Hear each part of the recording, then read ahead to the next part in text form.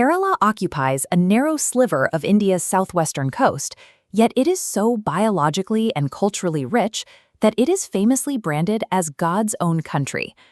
This relatively small strip of land supports diverse agricultural, ecological, and cultural wealth. The geography of the region provides a structural engine for this abundance. The towering peaks of the Western Ghats act as a primary water tower. When the monsoon rains sweep in from the Arabian Sea, these mountains catch the moisture in high-altitude catchments. Gravity pulls that captured water down the steep elevation gradient, creating a dense network of westward-flowing rivers that carve their way to the coast. To understand how this state operates, these waterways cannot be viewed as a uniform resource. Over centuries, different rivers have taken on highly specialized roles, acting as distinct engines for the society built around them. 3 of these major river systems in particular have evolved to become the central lifelines for the region, each representing a core pillar of Kerala: power, faith, and culture. At the highest altitudes, the Periyar River begins its journey. Originating at the Shivagiri Peaks in the Idukki district, it makes a 244-kilometer descent toward the southwest. The volume and steep drop of the Periyar make it a critical energy source. Engineers have harnessed this kinetic energy to drive grid-scale hydroelectric generation. The scale of this engineering is visible at the Idukki Dam.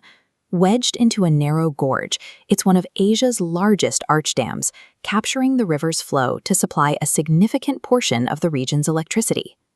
Downstream, the water shifts from an industrial asset to an ecological lifeline. The river cuts through the Periyar Wildlife Sanctuary, sustaining populations of elephants, tigers, and herds of grazing gaur along its banks. The Periyar captures the modern tension of the state, balancing the requirements of industrial power generation with the preservation of ancient ecosystems.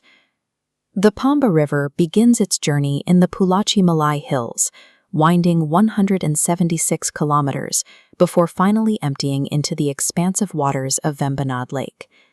The Pamba functions as a spiritual artery.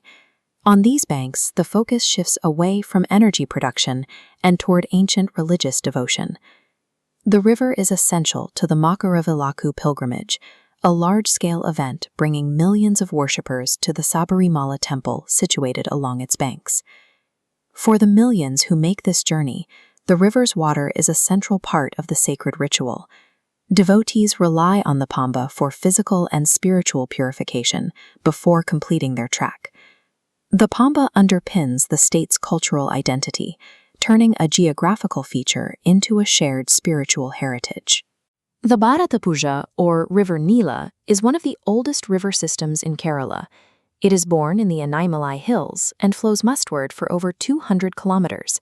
Its name translates to the River of India, acting as a creative foundation for the region.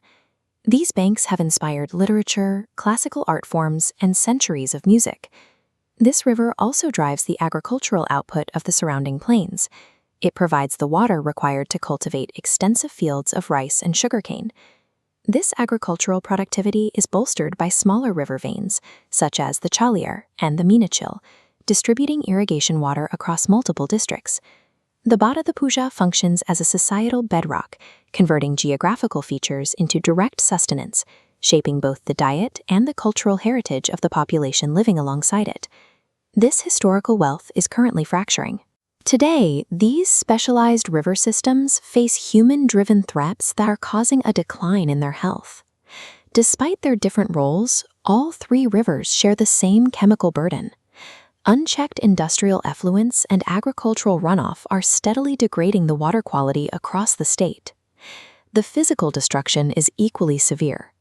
Heavy machinery is routinely used for widespread riverbank sand mining, an operation that tears apart riverbeds and accelerates erosion.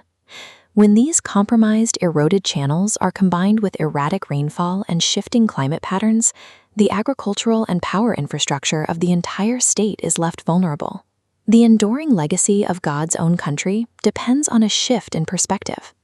Society has built its wealth by utilizing these waterways for power, piety, and produce. Now it must actively protect the lifelines that made that wealth possible.